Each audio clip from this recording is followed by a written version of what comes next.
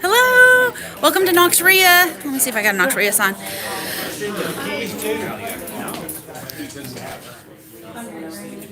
Welcome to Knox REIA, March 24. We are talking about tax sales today, and it's time to get going.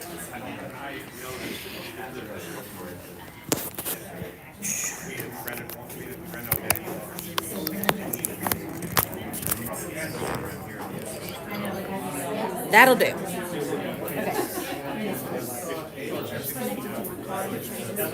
I tend to move around, so I don't know if I'll always be on camera.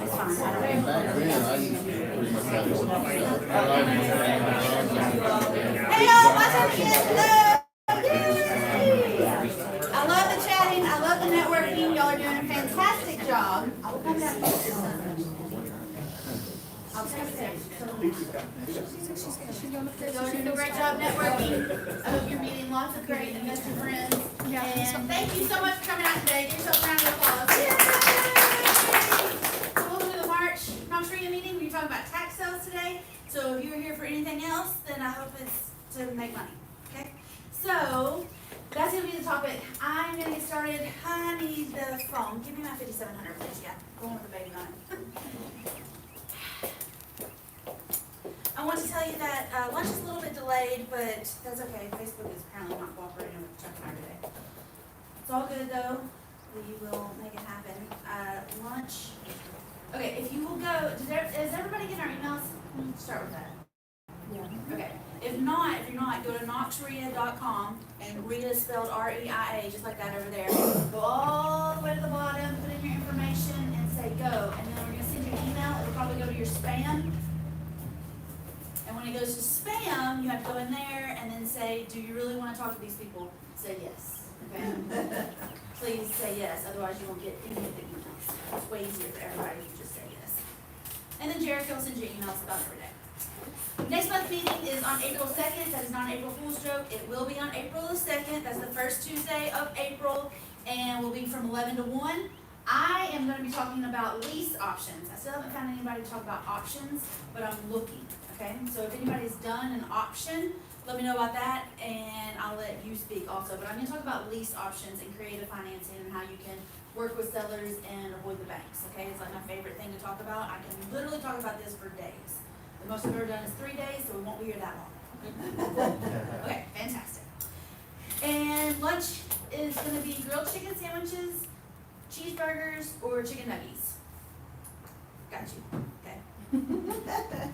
So, Chuck will bring those out in a little bit. We'll kind of divide them out. It might be after Scott has started talking, but we'll try to be as small of a distraction as possible. But tell me if you want chicken or a burger or nuggets.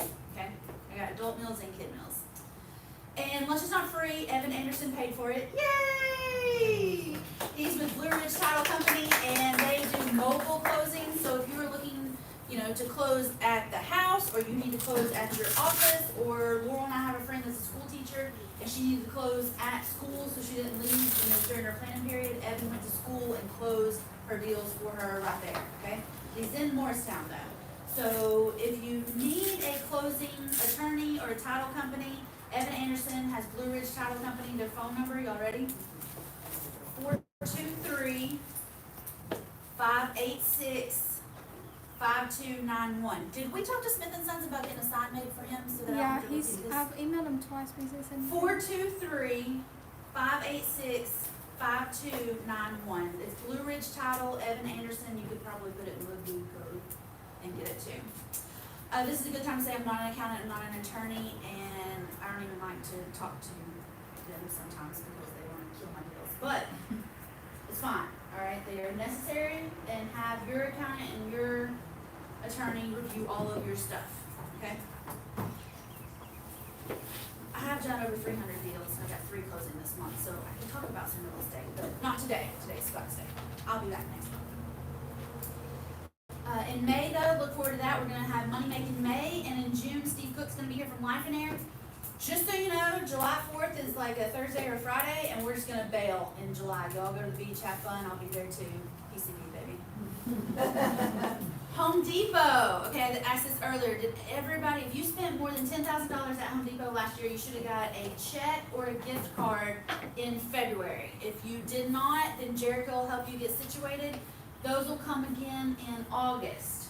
Okay, so you want to make sure you're spending money at the orange store and that you have the code in your account so that they will just send you money out of the clear blue sky for spending money at Home Depot. And I don't care if you tell anybody to get this money or not. Alright, you can spend it on flowers or a new gadget or whatever, okay? But send me a screenshot so I can brag about you and show everybody how awesome it was. I think I got one last month that was for $184, and then I got another one that was $2,000. Possibly. I think 2,000. So I had a 184 screenshot and a 2,000 screenshot. So people are getting some bucks back when they're spending money at Home Depot. All right, and when you join as a member of Knox REIA, it's $197 for the year. The biggest benefit is Home Depot, like we talked about, and the second is Life and Air. Life and Air will help you get your life straight. It's, you know, there's lots of people that help you get your business straight, the accountants and bookkeepers and attorneys and those people, and coaches and mentors and people like me.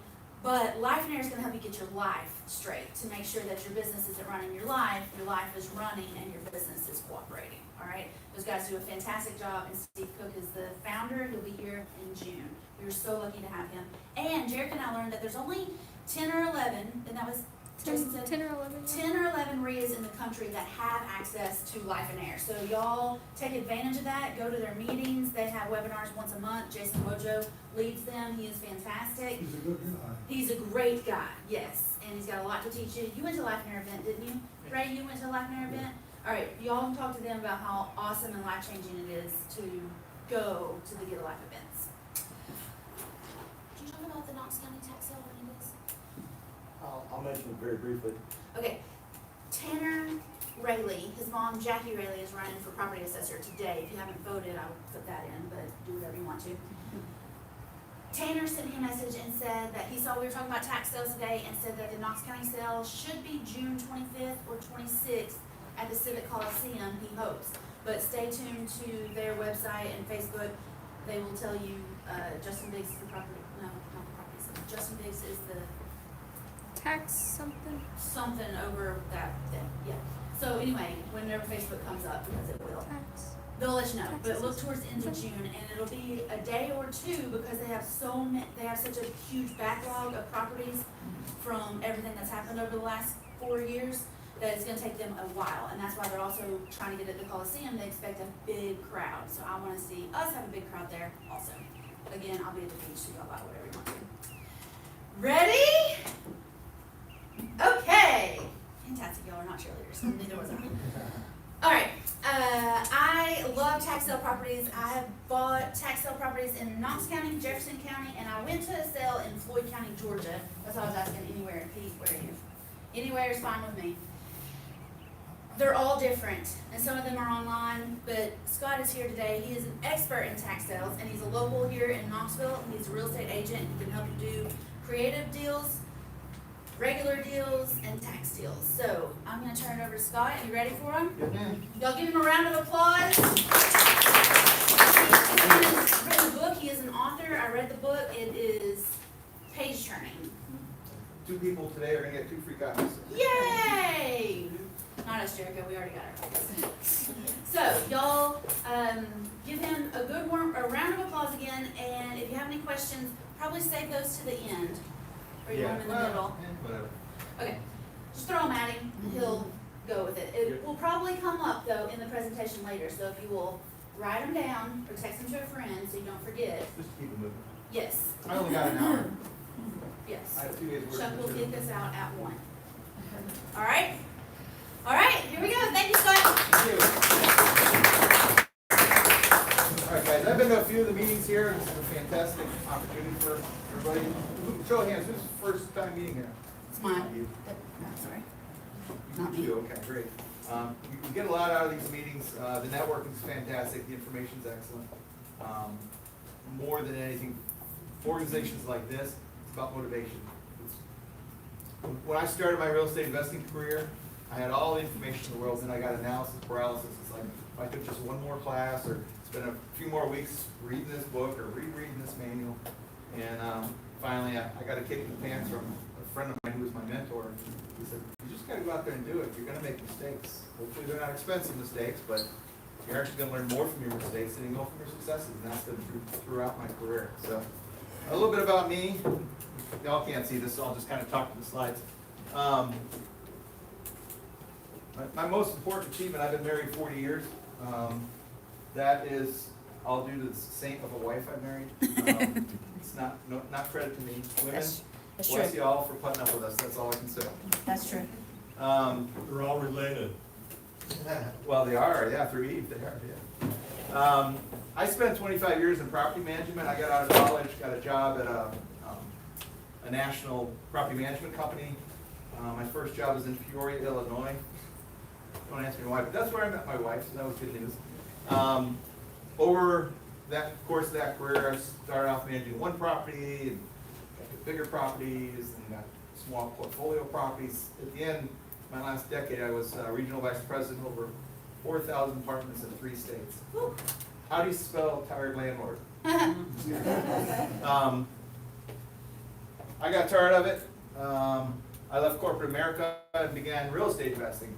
While I was still working, I had my tonsils out when I was 42, which was not a good thing. One was bigger than the other, and like, man, we better check these things out. They told me I had a 20% chance of bleeding to death from surgery, so that was great. I survived that, but it took me about a month to recover because it was a white hot pain, lots of codeine. And I was watching infomercials one night at 2 a.m. and saw this real estate guy come up. Hey, you too could be a real estate investor. I said, I'm already a real estate landlord. I hardly do that. Anyway, long story short, I went. It was a sales pitch. I paid some money, a lot of money. Took a bunch of classes, and then I got the analysis paralysis. That's how I got into real estate. I created my own real estate investment company. I got into development. Given my background, I worked on teams that developed apartment complexes. That was part of my portfolio building. So I decided I should build an apartment complex. I developed an apartment complex. Took 2 years going through all the town meetings, and getting all the permissions and approvals, ready to put a shovel in the ground. And then I sold the whole deal off to my former employer. I didn't want the risk of construction risk, lease-up risk, all the different things. I just wanted to keep moving and grooving. So I got paid a decent chunk of money to do that. Let's see. I've owned properties in the U.S. I built some condos in Costa Rica, which is a fun story, which I won't tell you today, but that was a lot of fun. I tend to find these things that take me away from home. I don't know why. I like my wife. But usually after 6 months to a year, she lets me know, do you like being married? And that's usually the beginning and the end of my travel. So Costa Rica was fun. I was 14 months, built some condos about half a mile from the Pacific Ocean. Sold them, made a bunch of money. And then I retired. I was 54 years old. Throughout my real estate career, I've done tax sales. Like I said, in the beginning I had a mentor, and that was his thing, was tax sales. So he taught me how to go to tax sales. He used to be a paralegal at a law firm in New Jersey, and they were hired by the big banks to go on their behalf. And he was the guy that would go to the bank, or go to the sales with a suitcase full of cash to buy property on behalf of the banks. So he taught me how to do it. I'm going to share that with you. I wrote a book, like I said. A couple of you will get that. I've been a national speaker. I've spoken, not just 1 hour, but I have actually a 3-day class, a bunch of mentoring stuff I've done all over the country. Some of the companies you won't have heard of, but one of them was Trump University. So when he ran the first time, and I heard all the stuff in the news, I was like, I was getting calls from newspapers. Anyway, no politics. And now I'm a local realtor. So my wife and I moved down here last year. She retired from teaching 3rd grade in New York.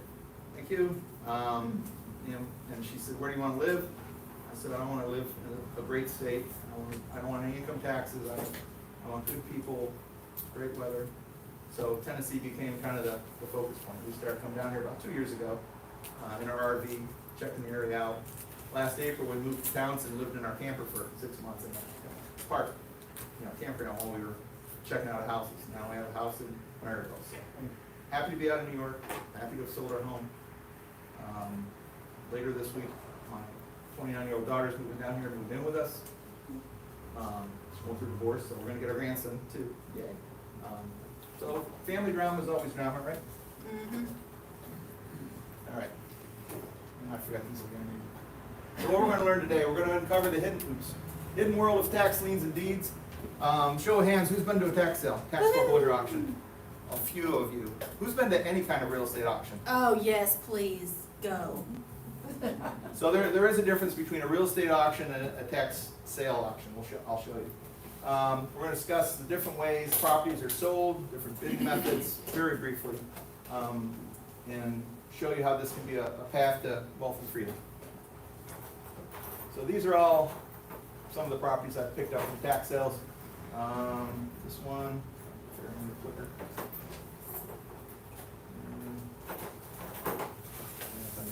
Top left corner, that was one in San Antonio, Texas.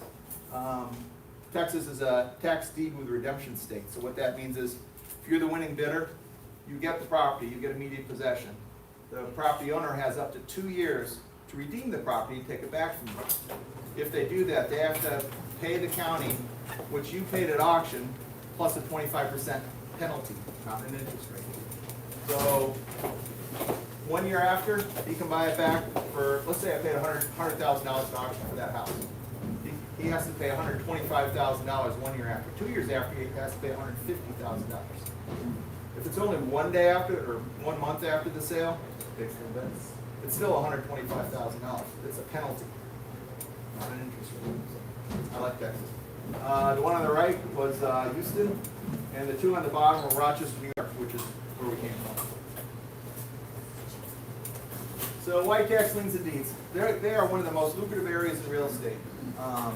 Also one of the most hidden. You can earn returns of 10 to 25% per year or more. 8 years ago, I brought together some investors, we pooled $1 million. We started going to the tax sales in Texas. We averaged about 143% return per year.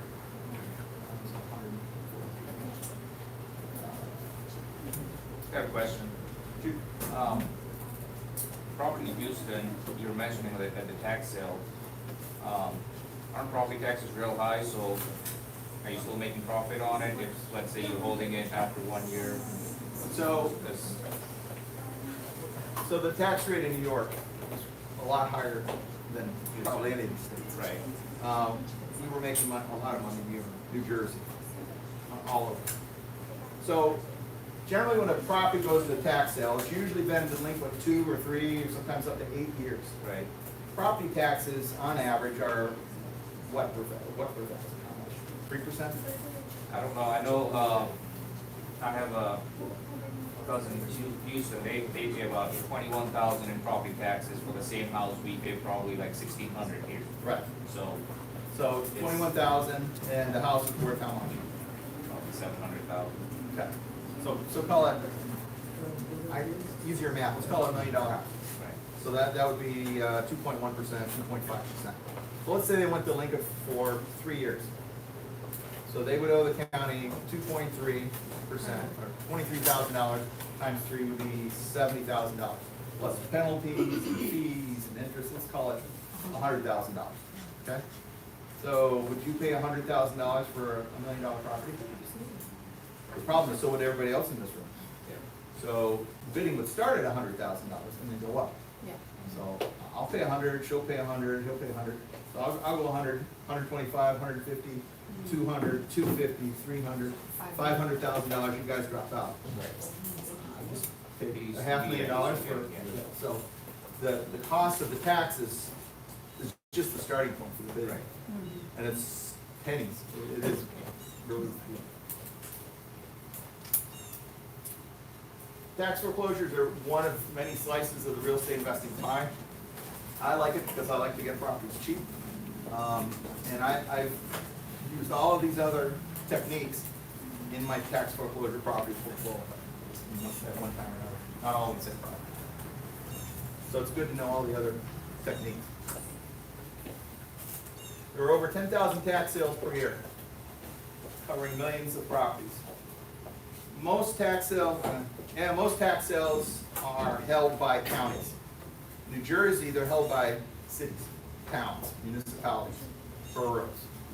So they have them every month. Florida, they have 67 counties, they have them every month. So Tennessee, generally we have once a year. Every place is different. So for a free book, how many counties are there in Tennessee? Anybody else? 72. I hear 72 and 92. 95. You're closest, you win. Read it in good health. So I wrote this book about, I think originally in 2012. The third edition's coming out. It's for sale on Amazon. Pitch for it somewhere. You can get it on Amazon for like 11, 12 bucks. You can get it on Kindle for free. I don't make much off the book. Originally, I wrote the book as a calling card, like a business card. This is who I am, this is what I know. I've got another book coming out that's going to be far more detailed, probably 300 or 400 pages. I haven't even gotten halfway done with that one, so it's just time. Once my daughter moves in, I won't have any.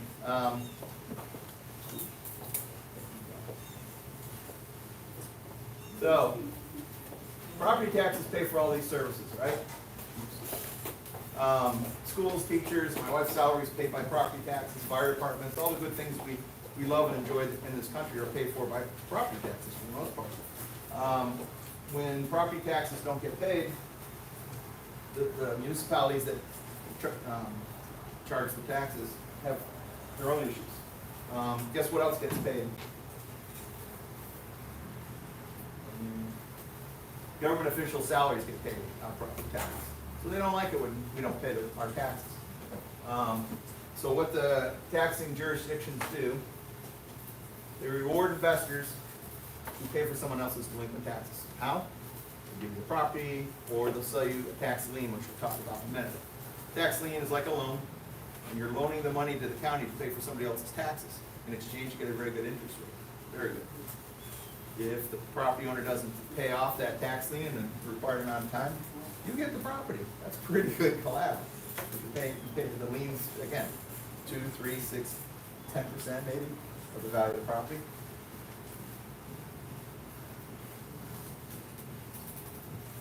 They're tax, 2x. So when they sell the tax deed, they're selling the deed. Sometimes there's a deed with a redemption, depending on the state, like Tennessee, like Texas.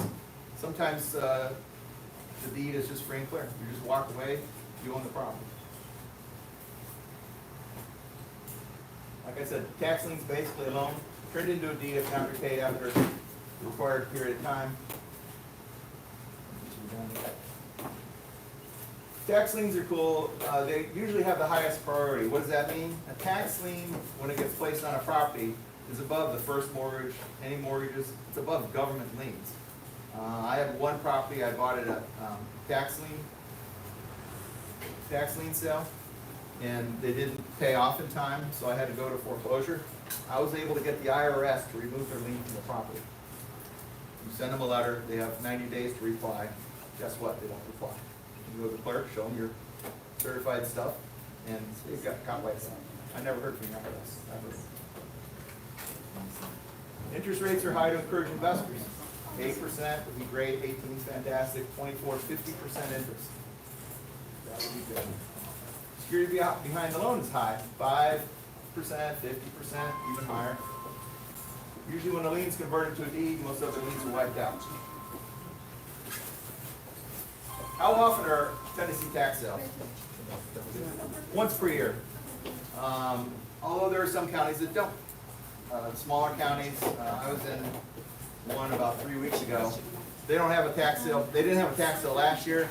They won't be having a tax sale this year. They don't know when they're going to have a tax sale because everybody pays the tax.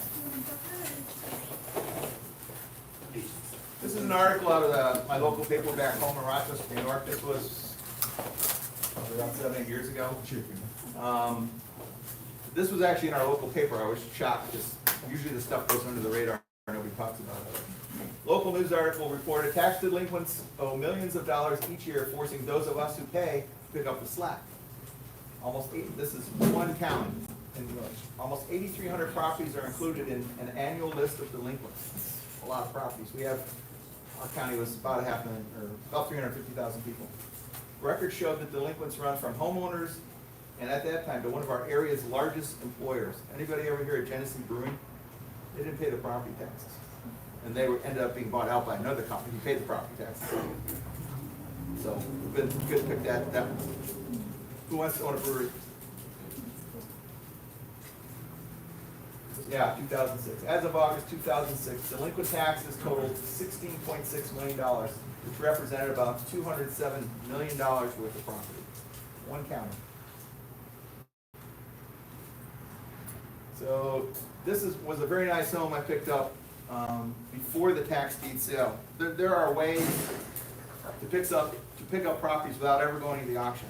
There's ways to make money off this after the auction's over. So I picked this up before the tax deed sale. I bought it from the property owner. He had no mortgage, he had no, his only problem was he hadn't paid the taxes. He was a lawyer for a company that owned all of our malls. You know, he was a millionaire, he would work for multi-millionaires. He had gotten divorced, his teenage kids lived in the house, were running it at rug parties in and out of there. He just wanted it off his back. So I picked up the property. I found it because it was on the delinquent tax sale. That's why I got to it before the sale. So all I did was I cleaned it out. I was going to do this big rehab on it. It had a 4-car garage, had a huge yard, swimming pool. This was in the most desirable town in our county. All I did was clean it out, and I put a for sale by owner sign in the front yard while I started my rehab. I was maybe $3 or $4 grand into the rehab. Just got started. And somebody knocked on the door. They owned a local radio station, and they were into restoring manor homes, which is what this was. So I sold it for $435,000. We closed 8 weeks after I bought it. It was a nice profit, very nice. 879% return ROI, annual ROI. So where do you find tax sales? Here's the process. Every county determines when taxes are due. When are they due in Knox County? February. You get a notice in the mail saying, hey, your property tax is due, this is how much you owe, and usually it says if you don't pay your taxes by a certain date, there's going to be a penalty, interest rate and stuff. The tax bill is mailed to the owner's last known address that's on the county records. What if the person moved out of state, turned their house into an Airbnb, but didn't tell the county their new mailing address? They might not get the tax bill. Sometimes that happens. The taxpayers usually send another notice when the taxes are still not paid and overdue. 6 months later, a year later. Usually most taxing jurisdictions don't put your property up for a tax sale until they're delinquent 2 or 3 years. Once taxes are late, notice of the tax sale is sent to the property owner, a legal notice. And if they remain unpaid, the county advertises the property for sale along with other delinquent properties in a newspaper of general circulation. That's kind of the legalese of it. In Blunt County, across the river, it's the Daily Times. What's the Knox paper? What's the Knoxville newspaper? Knoxville, yeah. They've already published, they have to publish at least 3 times in over 3 consecutive weeks. Tax sales are usually open to the general public, though there are some that are sold in bulk to large companies and banks. So Rochester, New York used to have tax sales. Then they got the bright idea that they didn't want to deal with a bunch of messy real estate investors. So there was a company called American Tax Funding, and they would go around the company and buy up all the tax properties, tax liens, tax deeds that they could get. And they would be the only purchaser. Problem was, they weren't local, and properties they bought then became eyesores in the community. So the county got enough negative press and public indignation that they finally went back to private sector. New York City still does it that way. Usually it's Chase or one of the big banks. They'll float a bunch of bonds. They'll sell $100 million or $600 million worth of bonds and just gobble up all the New York City tax deed profit. But when we can find a sale, we go to the sale, we bid on liens or deeds by different methods according to the state statutes. There's 50, maybe 51, 2, 3, 4. There's a bunch of states plus territories and districts that have tax sales. They all have different rules. There's no federally mandated laws on property taxes. It's all state driven. There's nothing in the federal law books to talk about property taxes. The winning bidder pays cash or certified funds, including all processing costs, and is issued a lien or a deed. Here's a property, guy on the right is my partner, Leon, that's me on the left. This is a property we bought at the Houston tax sale in Spring, Texas, which is a nice suburb of Houston. It was a 1,550 square foot ranch, 3-bedroom, 2-bath, in a nice neighborhood. The fair market value, this was some years ago, so prices are all on my own.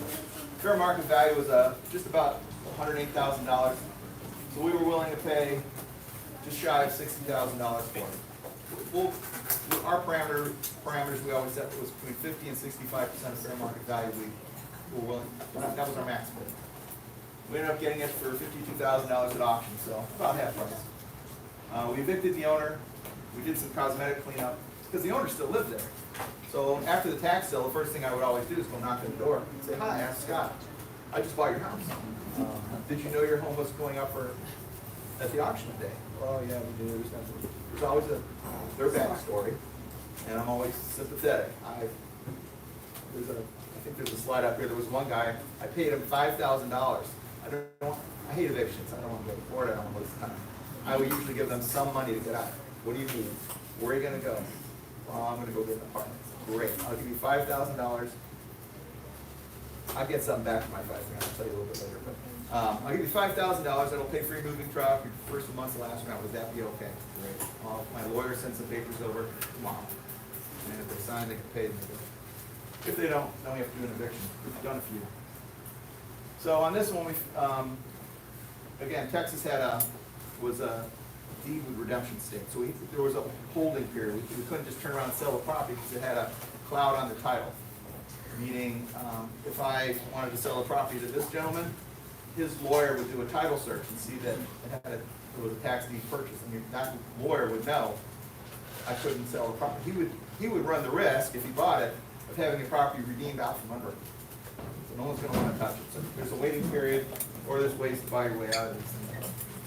But on this one, we waited out the redemption period. We closed the sale for $105,000. So we doubled our money in 2 years. It's really hard to see, but this was January 3rd. This was the public notice in the Daily Times for the sale that's coming up in June. Can't really see it very well. There's not a lot of information on these newspaper listings. All they list is the property tax ID number, which, what's that tell you? Nothing. And the owner's name. Doesn't even tell you the dollar amount that's due. So if that's all you had, well, it has the date of the sale. Actually, this one doesn't have that. If that's all you had, there's almost no way you could just walk into a sale and know what you're bidding. And every sale I go to, I see people lost, looking around, wondering what's going on. You hear the chatter, it's like, "What are they bidding on? Maybe we should bid. I don't know what I'm bidding on." So, don't go in blind. So you get the list before the sale, and then you do your due diligence. I'm an Excel guy. I'm a data-driven guy. I like spreadsheets. I always create my own spreadsheets based on the minimal information they give me. So I start off, great, I got a tax ID number. What website do I have to go to find the property address, the owner name, is it a 3-bedroom, is it a vacant piece of land, is it a high-rise? All that information, for the most part, is available online. And in the smaller counties, if you can't get it online, you go into the clerk's office and ask how to get it. Very often I've had to sit at computers in clerk's offices in small counties to get information. The information's public information, you have access to it. So you do your due diligence, and then the day of the sale, you go and register. This one was in Houston. And then at the sale, you got a bunch of people standing around. And usually it's the county clerk, sometimes it's in Texas, it's the constable. They'll start listing off the properties. Okay, I have a property for sale, parcel number, blah, blah, blah, blah, blah. Do I have a bid? That's all they tell you. You don't know what you're doing. So investors bid, and hopefully they know what they're bidding on. Yes, okay, great, I got the property address. Did I drive by the property? There was one property in San Antonio we were really excited about. Nice home, nice neighborhood. Back then it was probably worth about $250,000. We drove by it 2 days before the sale, and all that we saw was a vacant lot that had been cleared because the house had been burnt down. Now, Google Maps didn't show me that. The property record didn't show me that. It's still, the county record still showed it as a 3-bedroom, 2-bath house. All that was left was, what had been on the house was the street number, and that was leaning up against a tree on the curb. That's all that was there. So we didn't bid on it. I don't remember if anybody did. Sometimes there's slivers of land. So when a developer develops a subdivision, you know, here's a parcel, here's a parcel, here's a little drainage ditch that runs off to a field. So they don't attach that to a parcel. It's still a parcel. The county still considers it taxable land. So they'll put a parcel ID, it's crazy. They'll put a parcel ID on it, and the developer has to pay it. Well, once he sells off all of his other parcels, he defaults on it. And eventually it comes up in a tax sale. Who wants to buy a piece of land that's 2 feet wide here, 50 feet wide, 100 feet back? Nobody. You can't build on it, you can't do anything. Except for, perhaps, the people who own land on either side might be interested in making the property bigger. Experts on that, but there's sometimes good deals that people don't see. So once you're the winning bidder, what do you have to do? You have to go record it. So here's a tax lien, here's a tax deed, great, I'm the winning bidder. In many jurisdictions, if I don't go record it with the county clerk, it's not on the books. They don't even know who to, if it redeems, they don't know who to send a check to. So you gotta make sure you know what the rules are in your, wherever you're bidding. And usually, even in states where you get immediate possession, that doesn't mean you get immediate possession. If there's somebody living there, you can't just walk in and say, hey, you're a squatter, get out. It's an eviction, like I mentioned before, so you gotta know your local rules. This was a sale in San Antonio, Texas. So here we are, literally, you can't see it up here, it's Bexar County Courthouse. Literally on the courthouse steps, just like they say on those infomercials, right? And these are all the guys wearing the badges. These are the constables in Texas. That's who runs the sales. And there were probably about 250 people in the audience, and there were, I'd say, less than a dozen of us that were actively bidding on multiple properties. There was one family next to me that was bidding on something I wanted. I heard their chatter before. They only wanted that one house for their daughter. So I made a couple bids and then let it go. This was a sale in Austin, Texas. These are county clerks. They didn't conduct the sale, but they were doing the registration before the sale. And this is the sale in Houston, Texas. Houston, Texas is the largest most attended tax sale I've ever been to. These yellow circles are identifying the constables that are conducting the sale. They had 5 constables conducting 5 sales simultaneously. Oh my gosh. And there were about 2,000 people in this auditorium. Oh my gosh. I mean, if you were we're not standing right in front of the guy, and if he was going like this, there's no way he's gonna hear your bid. Oh my gosh. So, talk about mass confusion. Yeah, I'm not trying to scare you, you gotta know what you're getting into. This is true. It is true. Here's another house Leon and I bought in Spring, Texas. This was a 4-bedroom rancher, great neighborhood. It was worth about $160,000. We were willing to pay $103,000. Bought it for $95,000. Now, when you target a property to buy at tax sales, we like redemptions in Texas because if they redeem a week, a month, a year, we're going to get 25%. Yep. Great return. No effort at all, really. This one, I knocked on the door the afternoon of the sale. This is kind of a sad story.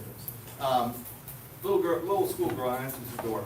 Oh, hi, are your folks home? No, they'll be home from work this evening. I'm like, okay, great, here's my card. Please have one of them give me a call.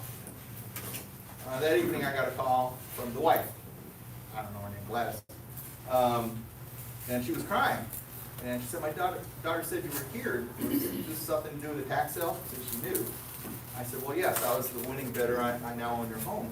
I was stopping by to see what your plans are. She started sobbing. She said, my husband's gonna kill me.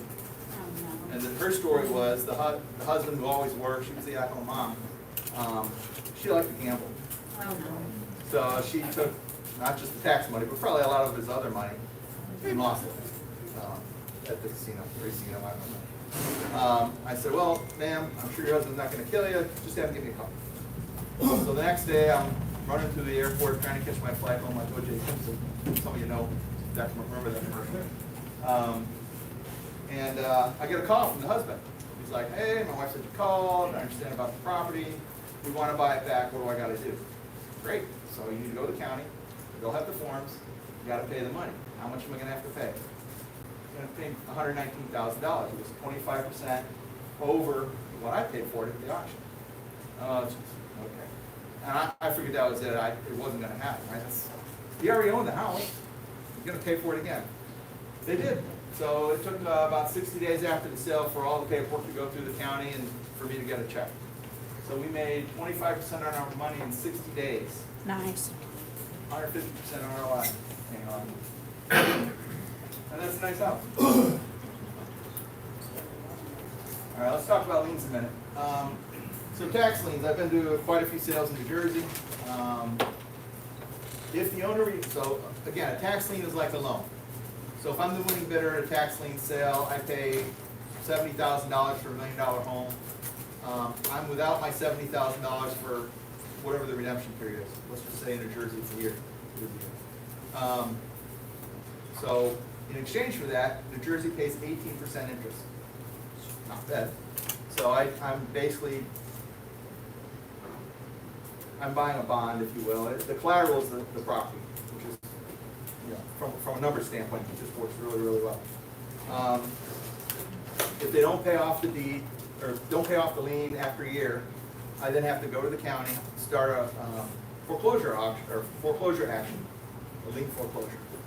When my lien gets foreclosed by the court, I then own the house, and any other liens that were owed on the property are extinguished. First mortgage, second mortgage, IRS liens, mechanics liens, you name it. Everything's gone, judgments, everything's gone. So I then own a property free and clear that I paid $70,000 for, and I don't get my interest, but I get $1 million property. Okay. So honestly, redemptions are not frequent. Less than 5% of the time, really, I think it's less than 2% of the time does a property get redeemed. Why? Well, sometimes the property owner borrow, steal, whatever, money from family and friends to pull it back together. Most often, let's say they had a first mortgage.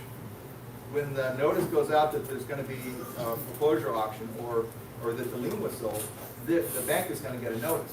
And if the bank missed it the first time around and didn't pay it off before it went to sale, they're definitely going to come and redeem it from me.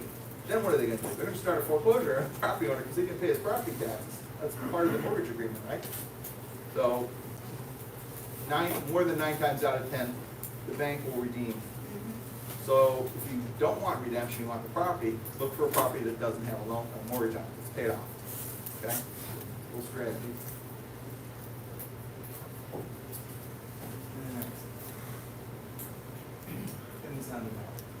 So in most states, you buy the properties for as little as 1 to 5 years of unpaid taxes. That's a journal finding that I see.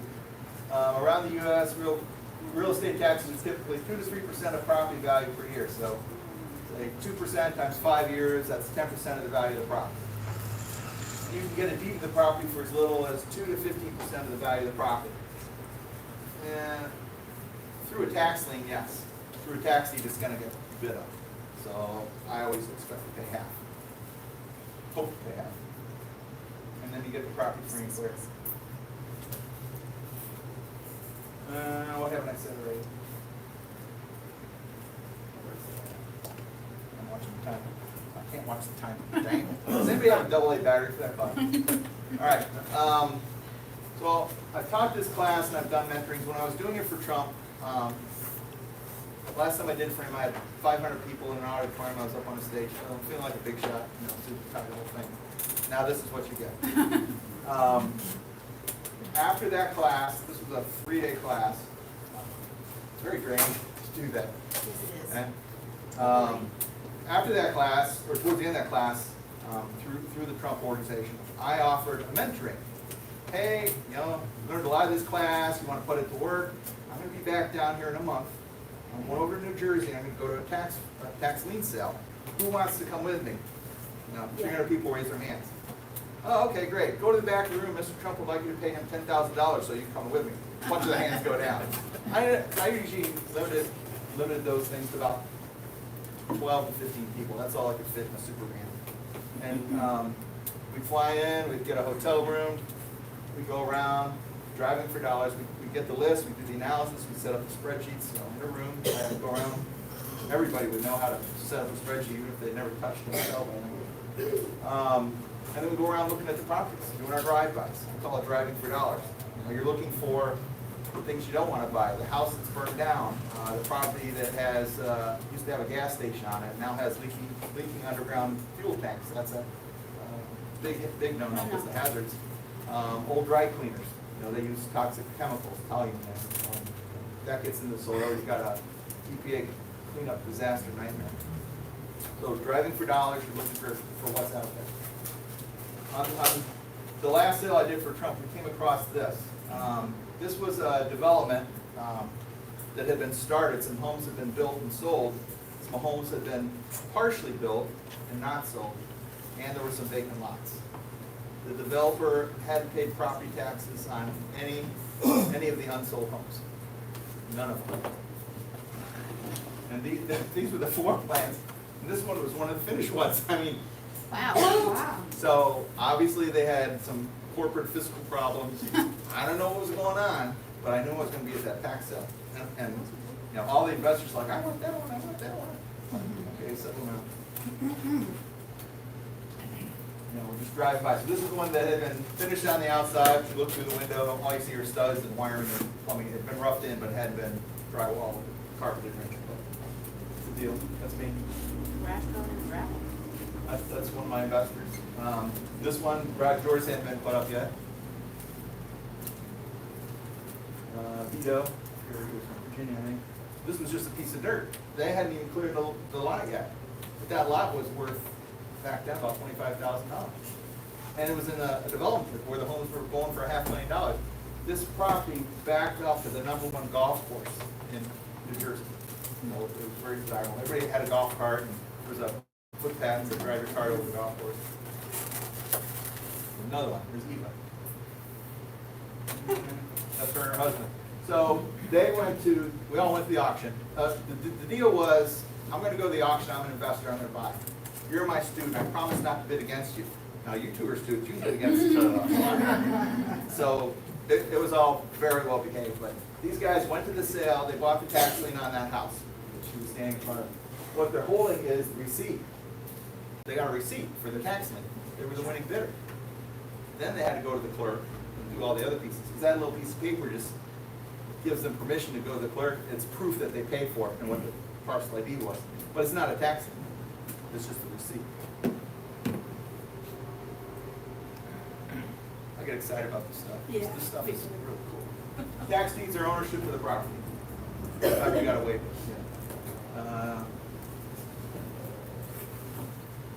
So there's some states that allow the previous property owner to come back and redeem. Said most deed states have no redemption at all. The property is sold and it's sold, period, that's it. But if there's somebody there, so you gotta get them out. Okay. How much, so Tennessee is a tax deed state. You go to the auction, you get a deed. But there is a redemption period. Does anyone know how long the redemption period is? 12 months. 12 months and less. You can actually get it down to 3 months. If the property is vacant, there are some rules you have to do under Tennessee law, but if you can buy the property, I think it's 5 times, different times of the night and day over a 2-week period, there's no cars in the driveway, the newspapers are piled up, the grass is this high, there's no lights on at 8 p.m. or 2 a.m. There's things you can do to prove to basically the court, the chancery court is where you have to go and file to extinguish the redemption period. So they will bring it down to 3 months if it's a vacant property. They don't want vacant property, you know, all kinds of problems happen with vacant properties. That's a ching. How much is the tenancy redemption rate? Okay, they're gonna make me wait a year before I get my tax deed. I wanna be paid, if somebody redeems it. What is the redemption rate in Tennessee, anybody? It's 12. So, not bad, not as good as Texas, but the good thing about Tennessee is it's in our backyard. We don't have to get on a plane, pay for a hotel room, rent a car. I've done all that. And my wife says, you know, you like being married too, so. We have family things that we have to do. Being able to go to a local tax sale in your backyard, in your market, and you end up with property in your market, that beats the hell out of having to fly 3 states over to go manage something. Yes, ma'am. So what if nobody buys that particular tax deed? Great question. Does it go, and do some of these even go to auction? Can you just actually go sometimes directly to county? Multiple questions. Okay, so her first question was, what happens if a property does not sell at the tax sale? So let's say that sliver of land doesn't sell, or the abandoned gas station doesn't sell. Different states have different rules, different counties enforce those rules differently, they interpret them differently. The short answer is the property typically is then owned by the counties. So I call those over-the-counter tax sales. So let's say the minimum bid on the property was $10,000. It was a $100,000 property. Nobody bid on it, nobody liked it. Well, maybe it was a vacant piece of land out in the boonies. I happen to like the boonies. I like pieces of land out where nobody knows where I am. I can build my bunker underground and, you know, prepare for the apocalypse. So I can go to the county after the sale and say, hey, that parcel didn't sell, you know, can you sell to me? Sure. You got 10 grand? Sure. Cha-ching. That's it. I don't know about Knox. One county does not do that. They don't take possession of the property. They leave it in the name of the property owner and let another year of delinquent taxes bring it up to next year, and the next year, and the next year. In Tennessee, if a property has been delinquent for 8 years or longer, the redemption period is squashed down to a month. Because no one's going to redeem it if they've had 8 years to save it. So. Did I answer all your questions? Yeah. Sort of. Okay. Think about this. This is my favorite part of tax sales.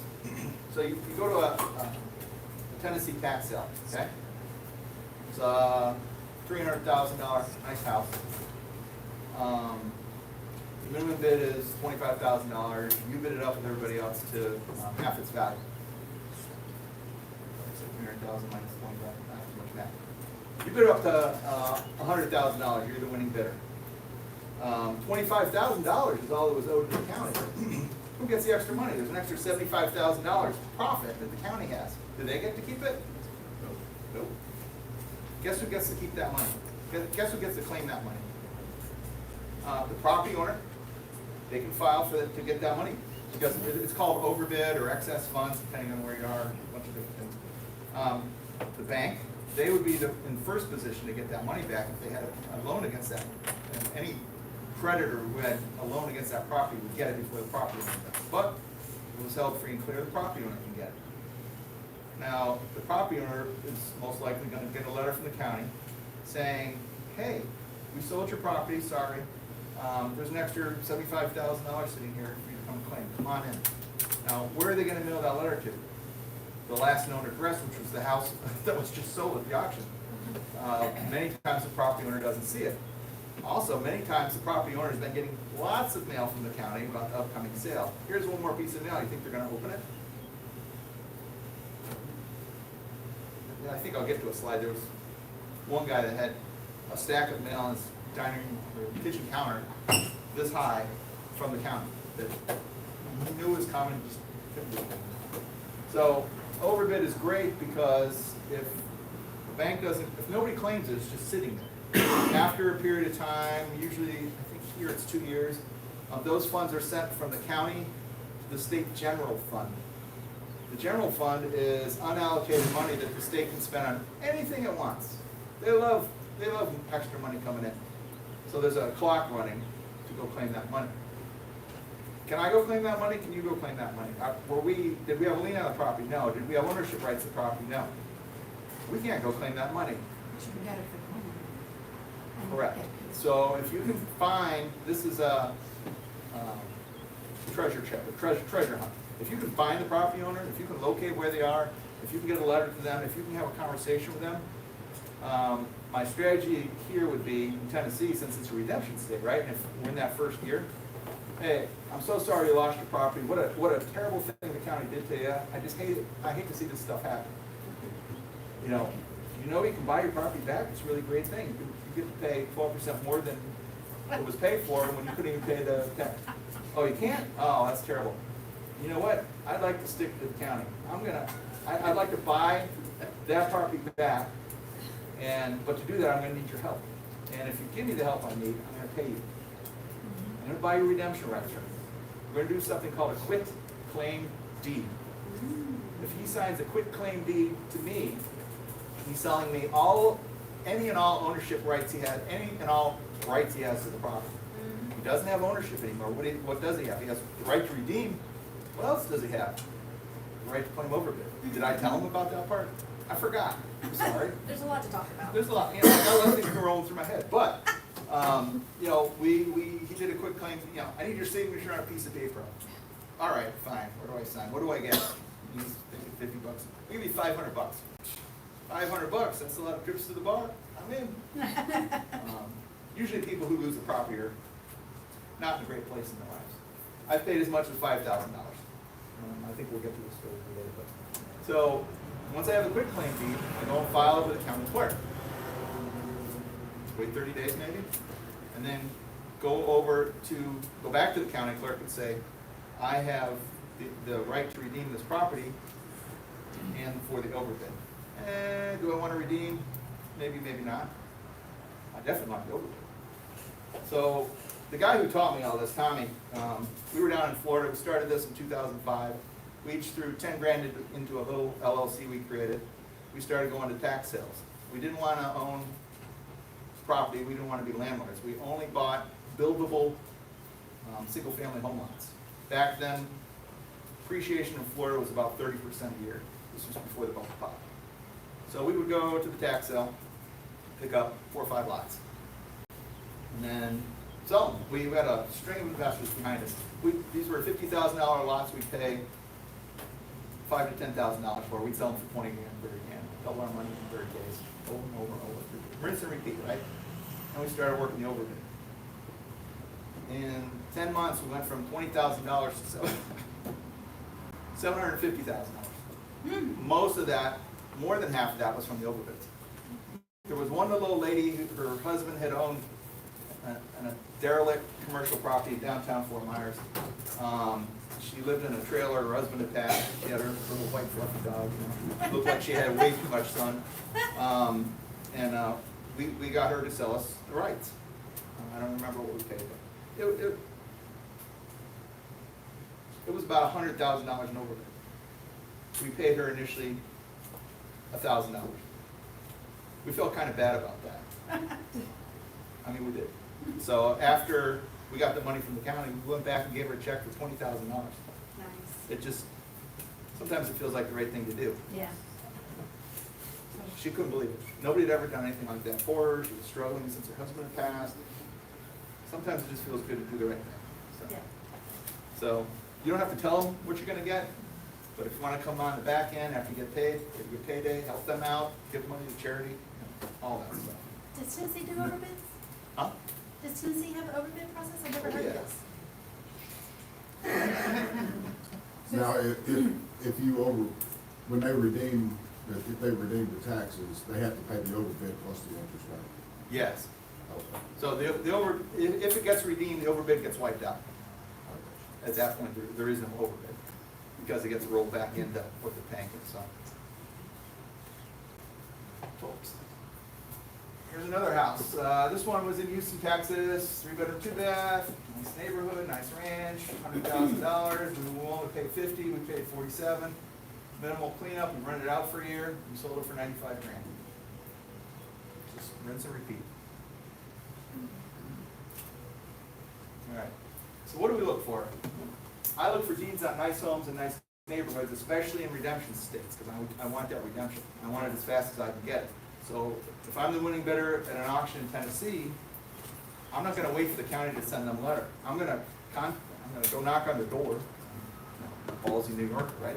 I'm gonna knock on the door. Hey, I'm so sorry. I don't know if you're aware, your house was up for auction day. I was the winning bidder. I'm just looking to see what your plans are. Do you know you can redeem? Are you interested in redeem? No, we can't do that.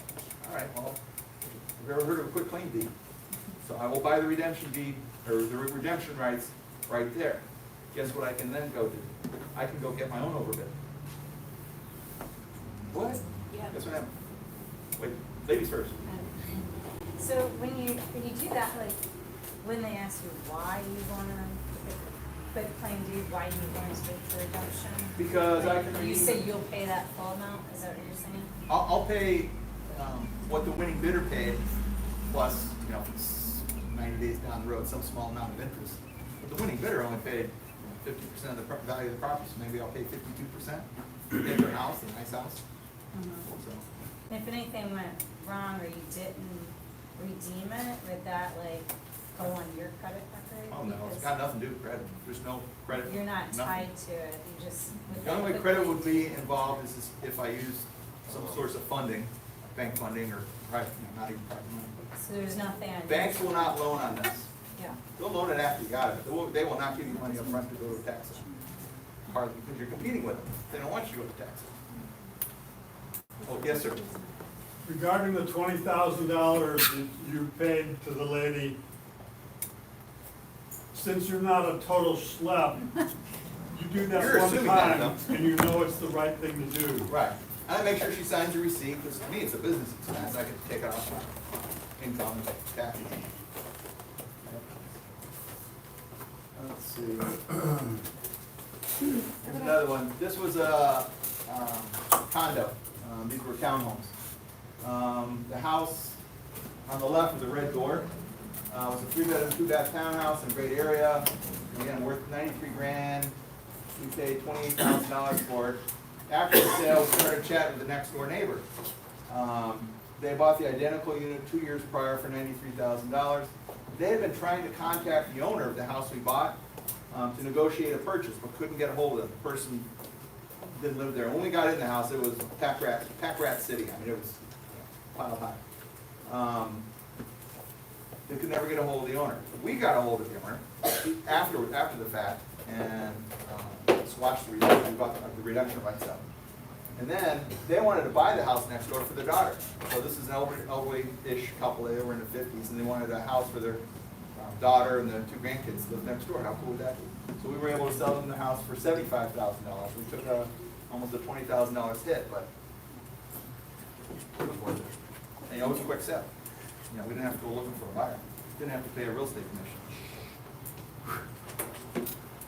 So there's just so many ways to skin this cat. So this house was the saddest, probably almost the saddest one we ever did. This one was in San Antonio. Gorgeous house. It was a McMansion. It was in an affluent, gated community. We had trouble getting in here. We had to follow somebody in through the gate to get to the house we wanted to sell. So day of the sale, we were the winning bidder. It was worth $375. We got it for 150 grand. The opening bid was only 25 grand, so that's how much bidding was going on for it. I knocked on the door. Guy comes to the door, looking like a hot wreck, unshaven, filthy. Huh? Oh, she's gonna kick me off the stage. His story was he had a landscaping business, lots of trucks, lots of crews. I don't know what he got into. Let's just say cocaine. I have no idea. Lost his business. His wife took the kids and left.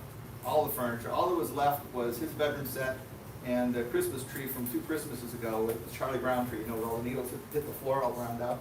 It was sad. So we paid him $5,000 to help him move on, get his life redone. We got his quick claim deed. We collected the overbids, washed redemption period, did cosmetic renovation, sold for 450 grand, 120 days. What's wrong with this business model? Just don't buy underground leaky fuel tanks. There's caveat. It's a great way to do real estate. There's another one. Made 125% off that one. Nice home, nice neighborhood. Anyone ever considered owning storage properties? Commercial property can be as difficult as residential landlording, but in a different way. Storage property is great. You don't pay your rent, I'm gonna sell your stuff. I mean, it doesn't fall under tenant landlord, it falls under the state's lien laws, storage laws. Obviously with this snow pile up here, this wasn't in Texas, this was back up in Rochester, New York area. This is one I picked up. This one I bought before the tax sale. I got the list, got the owner, bought it for 240 grand. I cleaned it out to vacant units, rented them up. He hadn't been doing his job. I was making 40 grand a year off this property just in the rental. Commercial property, they use a cap rate to determine what the property's value is, so it was worth about $400,000. I sold it 5 years later for $1.2 million. After I'd fixed it up, I'd run it. The problem with running storage property is you're running a business. I get pulled in too many directions. I got a wife, I got kids. I don't want to run a business. I don't want to have employees. I did that for a career. So. But that was worth it for some good money. This was a mansion in New York. Anybody ever hear of Xerox? So the guy that created Xerox owned this house. This had been a stop on the Underground Railroad.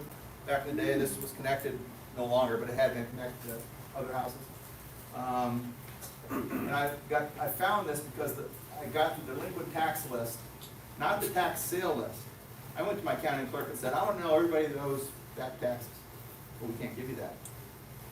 It's public information. There's too many people. Okay, so I did anybody know what a FOIL request is? Freedom of Information Act? It took me like 3 months, but I got the list for everybody that was delinquent.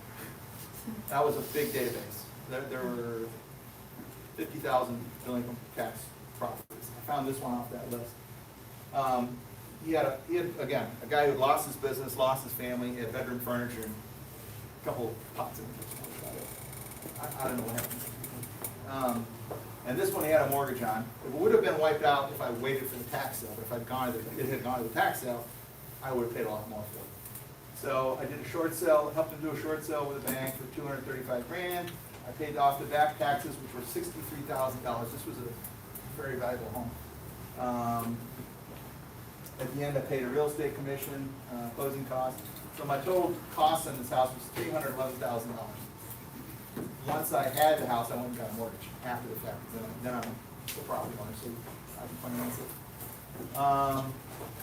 Could have done a quick sale, made a quick 100 grand. Could have fixed it up, made 250. What we did was a full restoration. I wouldn't call it restoration. We did a full rehab on the house, not down to the studs, but it was a nice home. It was livable, but it had some wear. And we made 400 grand off that house. So. All right. So, why am I here? I want to share all this and more with you guys. I'm out of time. May 2nd and 3rd, I'm going to do a 2-day class. My real estate office over in Alcoa has agreed to allow me to use a conference room. I think it holds 35 people. So I'm going to teach a class. I haven't taught a class in 10 or 12 years. I don't know that I'll ever teach another one, but why do I want to teach? I like to teach. I like to share, but I'm also looking to meet investors and build what's the right word? Not following. I want to build a group of people where we all kind of think alike and do the same things, want to make money, and help people along the way. So I'm going to teach a class. This is just a teaser this whole hour here. We'll get down into the weeds. You'll learn how to meet and talk to county officials. I've got scripts. I've got letters that I mail out to people. Hey, are you going to be able to redeem that house? It's a great opportunity to get this information. The last time I taught this class, that's all the stuff in there that I'll talk about. Last time I taught this class was $12,000 if you want to pay Donald Trump. So he had 500 people in a room who paid 12 grand. I got paid 10 grand for a weekend's job. That wasn't too bad. But I'm not charging you $12,000. By the way, I didn't say in the beginning, I go by Gonzo. My last name's Gonyo, but it's spelled G-O-N-Y-E-O, and the E silent. Growing up, people would call me gonad, gonorrhea. Finally, somebody called me Gonzo. I said, you know what, I won't beat you up for that one. And that one stuck, so it's Gonzo. So the last time I taught this class without Donald Trump was $1,500. I still think this day and age, I don't wanna get that much money, but. So for anybody here that's interested, you don't have to give me money today, but, I'm only gonna charge $3.99. I'm gonna have 25 to 30 people in that room. And then that will be in May, the sale will be in June. Then I'll follow up with a mentoring, where we'll actually get the list, dissect it, go out and do the drive-by like I've done in New Jersey. And that will probably be another $300. So this was Junaldi. She was one of my students at the New Jersey thing. She bought that piece of land back, her parcel backed up to the golf course. I don't know if you can tell, it's a manicured stuff behind it. She did really well. So I want to charge $3.99, but because you guys are part of a REIA, I have a soft spot for REIAs. I started a REIA in Rochester, New York, many moons ago. Freedom First REIA, they're still around. I'm not connected anymore, but so I'll do $3.49. Okay. It's a live 2-day class. I take Venmo and PayPal. And that's it. I'm done. So if you're interested, you've all got my business card. Shoot me an email. Give me a phone call. We can chat. Yes. Questions? Did you say the 2nd and 3rd or 4th and 5th? Is it Saturday and Sunday? Yeah. Did I get the dates wrong? I don't know, but it's Saturday and It's the Sunday. first weekend of May. Second, third, it said second, third on the first slide. Oh, okay. But it is Saturday and Sunday. Yes. Yeah, 2nd and 3rd. For the first. Okay, Saturday is the 4th. Okay. May So the 4th and 5th. Saturday and Sunday. I assume most of y'all have day jobs. You can come on a Friday. And where is it? What was the address? It's gonna be at the Keller Williams office in Alcoa. So if you go down, across the river on 129, and just south of the airport, it veers off onto Hunt Road. You sign up, I'll send you the information. Questions? I can probably take just a few. I did such a good job, nobody has questions. Thank you. You're welcome. Yes? When you buy the, that redemption period, did you pay, did they give you a certain time period to pay, or you just go in there, here's my cash? Oh, with the county? With accounting, yeah. So it's a 1-year redemption period. You better get in there before that 1 year expires, or it's worthless. Yeah. What states do you think are, obviously you were doing quite a bit in Texas, but what states do you think are very good for? So I've done Texas, Florida, New York, New Jersey, Pennsylvania. I did one in Illinois, but it didn't go well, so I won't count there. Sometimes they don't all go well. Word of advice, never buy a crack house where they make meth. Because the chemicals eat all that copper.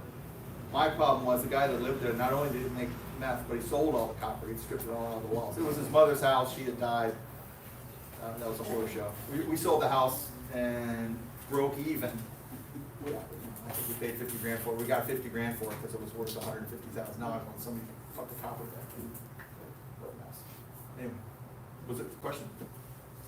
So is there like a method that you say, okay, well, these are the states I'm gonna, or these are the counties I'm gonna go in because this is what. I can see from your ring you're married.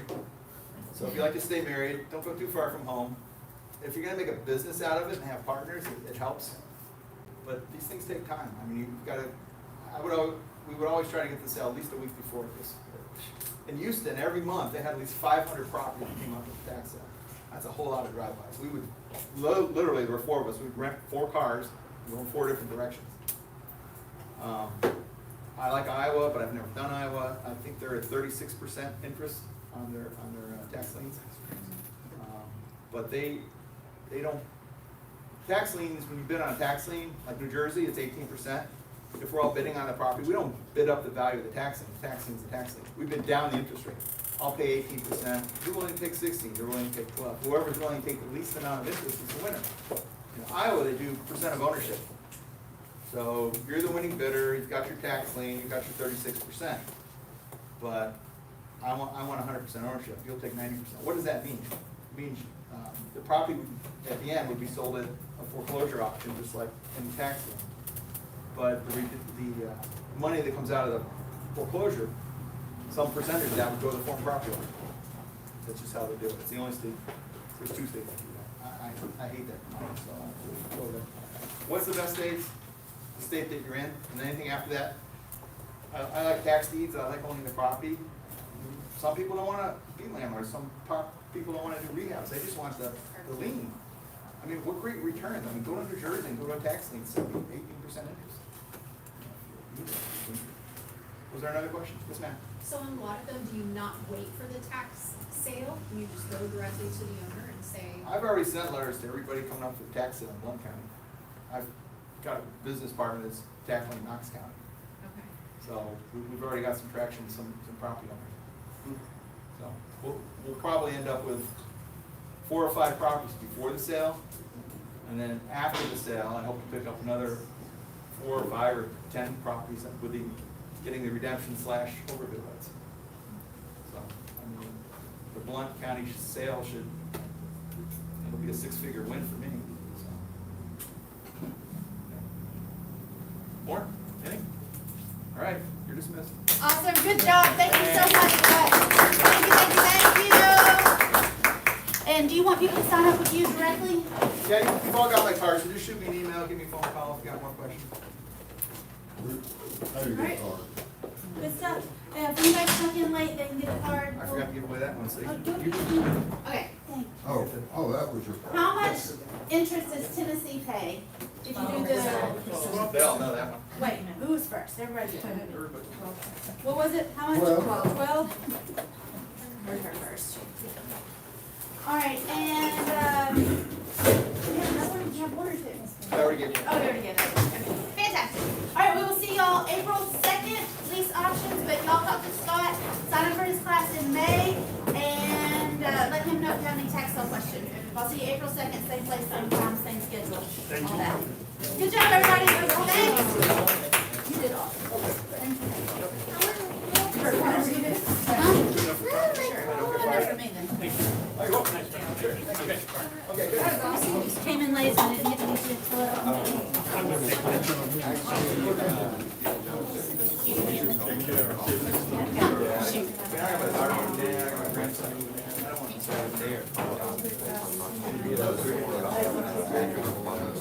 Oh, yeah. Oh, I do, I've been wanting to. Hey, sorry, I hate that. Hey, how are you? I didn't get to say hello. Yeah, my first time here, thank you. Absolutely. What did you say that was your thing that you're gonna talk about? Lease options. Okay, I can't remember what